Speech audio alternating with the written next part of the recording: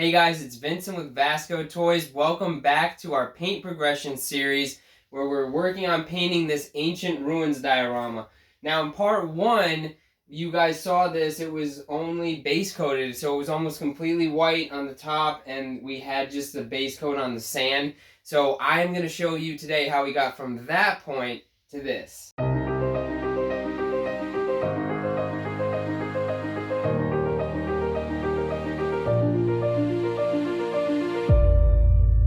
Vascotoys, action figure dioramas and props. Okay guys, so this is the starting point for this video where we're going to go over adding in some secondary colors and weathering this diorama. Now, the last part of the video, I did not get a chance to have footage of me actually gluing all these pieces down, but I did just use low temperature hot glue, which I always do, and I glued each of these pieces in place separately. These are still modular, so is this, and they're going to remain that way. But this is the structure that we have based on part one of the video. So we'll get into what we're going to cover in part two now. So you already know we've painted this top portion, the cobblestones, just a base white. And I want some subtle variation in color. So this is the white that we use, and it is acrylic. Then I'm also going to be using apple barrel granite gray. And I will use some heather gray from Anita's acrylic. So we'll have some slight color variation. That way when we put a wash over it, it'll really look all tied together. Okay, so I don't love the way this is the granite gray that it looks on its own, so I am going to just mix in a little bit of the white with it so that I get something that's closer to a light gray than what I have here, or a lighter gray. And I'm going to start applying that to some of the cobblestones.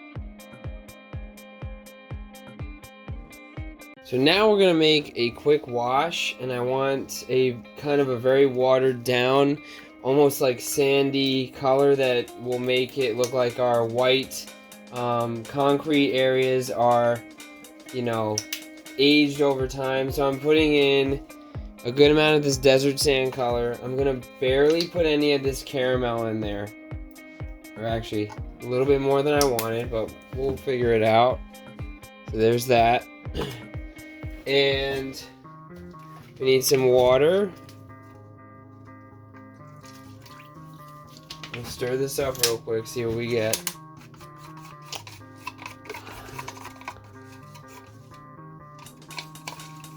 I think that's looking pretty good. I am going to put a little bit of dish soap in here.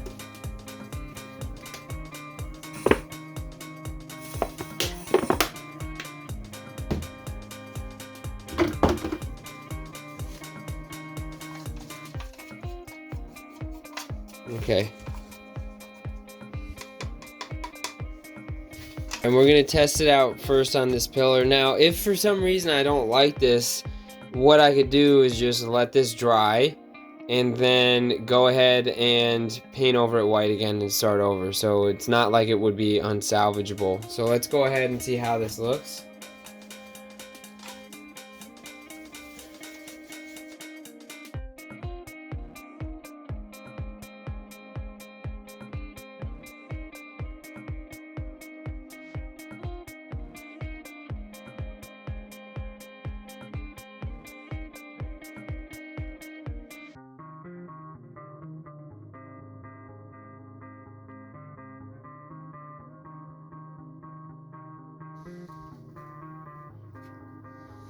So here's what we have so far just from that light wash, and here's the aged kind of wash look.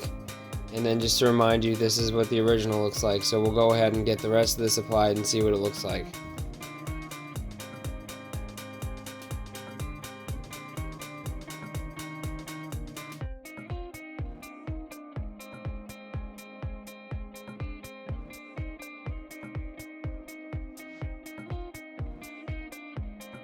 So after that wash, just one coat of that wash, you know, I think it's looking pretty good. I want it to look like a ancient desert ruins kind of a diorama, and I feel like we're getting that coloring here.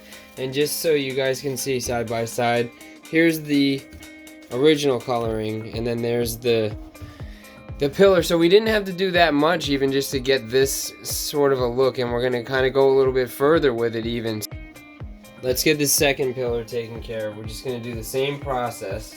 And just so I explain a little bit better, sometimes when you're doing a wash like this, the paint will get all kind of coagulated at the bottom, and it'll bunch up on your brush to where you're not really using a wash, you're using like straight up paint. So I always mix it almost every time, and then I knock some of it off. So I'm getting like a very light handed wash on my brush, so that I'm not doing too much, because it's one of those things you can always add more, but you can't take it off as easily. So that's my philosophy when it comes to applying the washes most of the time.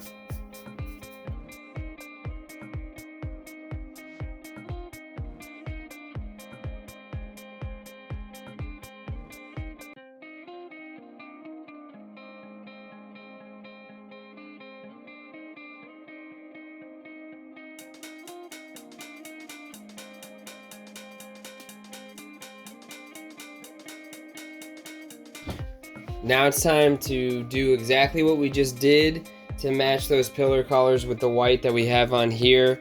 And we're going to use this wash again. The nice thing about using this wash now is it won't be, if some of it runs down, it's not going to be like super noticeable. I mean, it's a different color because we mixed in the caramel, but it's the base desert sand color. So I'm not so worried about like these areas here where I would be if it was a very, very different color. So we're just going to go ahead and apply this and see how it looks.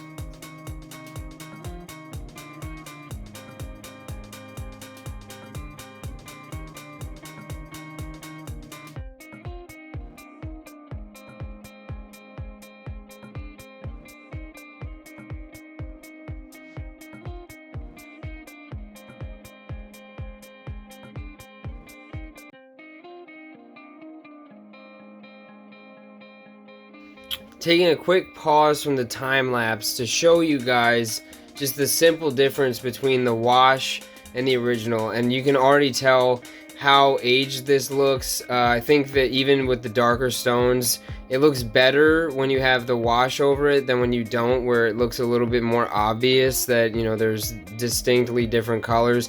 Here, obviously there's different color stones, but the wash helps blend them in. If we do another coat or if we do some other highlighting, you'll even see that more, which we'll do the next step. But I kind of just thought this is a good stopping point where you clearly have half the diorama that's been washed and aged and the other half that's the original.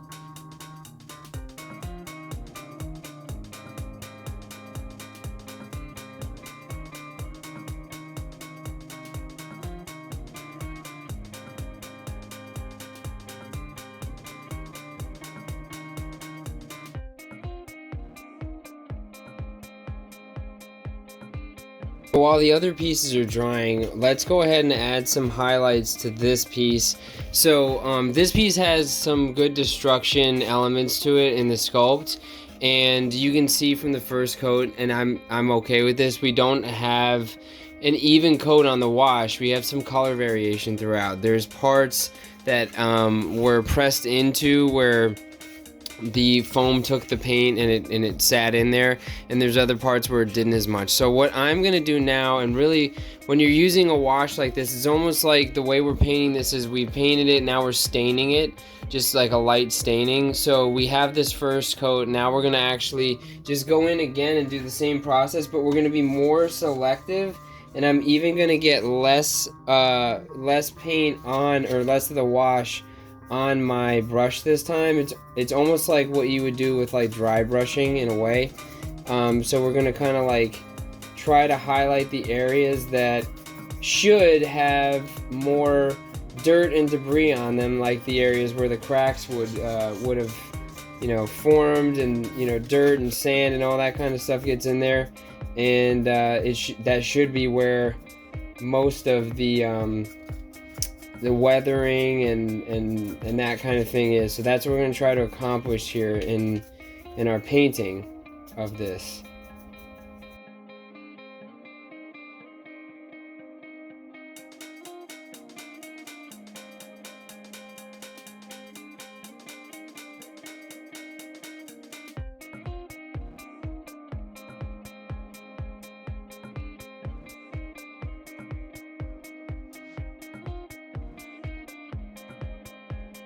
Just by way of example, this is the piece that we just painted, and this is the piece that just had the base coat of the white with the one coat of the wash on it. And you can see this one has, I think, more believable aging effects to it, just based on what we've done so far. And this one, we're going to do that too next.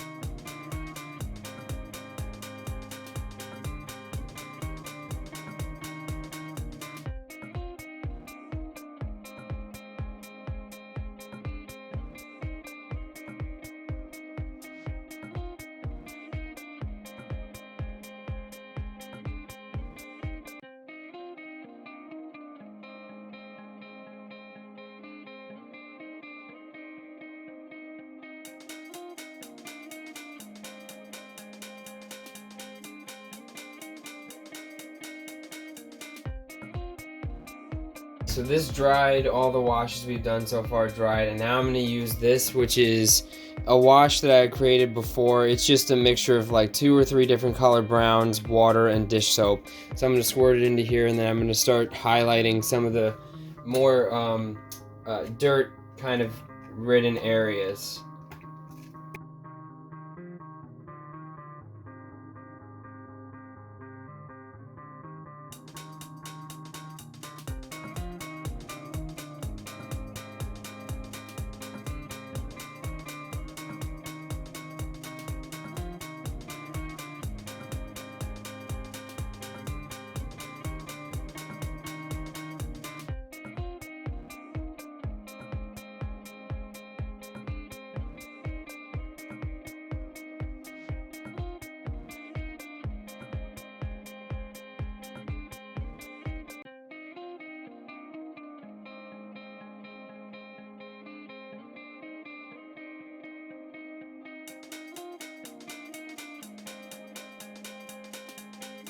What we're gonna do now is I'm gonna black wash this. It's a very watered down black wash that I'm gonna put on all the pieces, just so that we can get some of the highlights to really pop.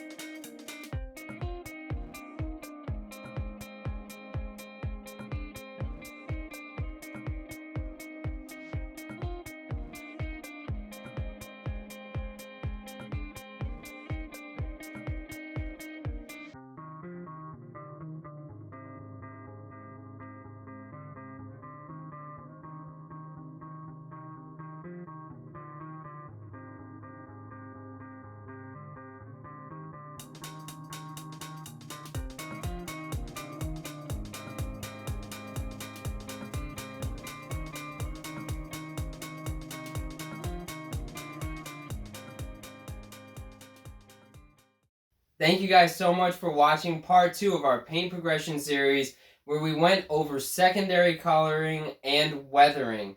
And we are now going to go into our final part of the series, which is going to cover some detailing and some other non-paint elements, but I think you guys will enjoy it. So check it out right here.